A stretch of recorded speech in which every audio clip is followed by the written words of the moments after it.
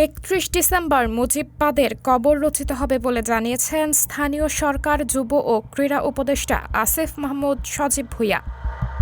শনিবার ২৮ ডিসেম্বর দিবাগত রাত ১টার দিকে নিজের ভেরিফাইড ফেসবুক পেজে এক পোস্টে কথা জানান তিনি। আসিফ মাহমুদ বলেন, ঘোষণাপত্রের মধ্য দিয়ে ফ্যাসিবাদ মুজিববাদের কবর রচিত হবে। তিনি আরও বলেন, দলমত, ধর্ম, বর্ণ নির্বিশেষে দেশের সব নাগরিকের মুক্তির সনদ, সাম্য, মানবিক মর্যাদা, সামাজিক সুবিচারের ভিত্তিতে নতুন বাংলাদেশ। ৩৬ জুলাই পূর্ণতা পাক ৩১ ডিসেম্বরে।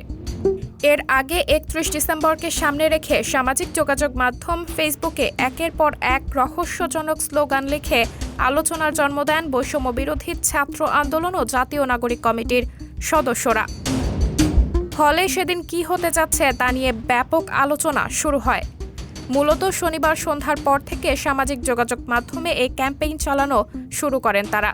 এর মধ্যে জাতীয় নাগরিক কমিটির সদস্য সচিব আখতার হোসেন তার ব্যক্তিগত ফেসবুক অ্যাকাউন্টে লেখেন, এবছরই হবে ৩১ ডিসেম্বর ইনশাআল্লাহ।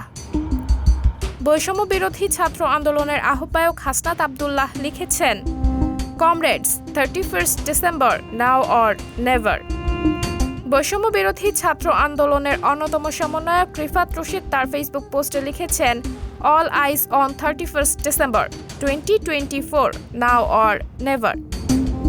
তবে জাতীয় নাগরিক কমিটির মুখপাত্র সামান্তা শারমিন গণমাধ্যমকে বলেন, আগামী ৩১ ডিসেম্বর বিকেল ৩টায় কেন্দ্রীয় শহীদ মিনারে জুলাই প্রোক্লামেশন হবে, সেখানে ঘোষণা দেওয়া হবে। তবে ওই দিন নতুন রাজনৈতিক দলের আত্মপ্রকাশ ঘটবে কিনা এমন প্রশ্নের জবাবে তিনি বলেন, না, এটা জুলাই প্রোক্লামেশন।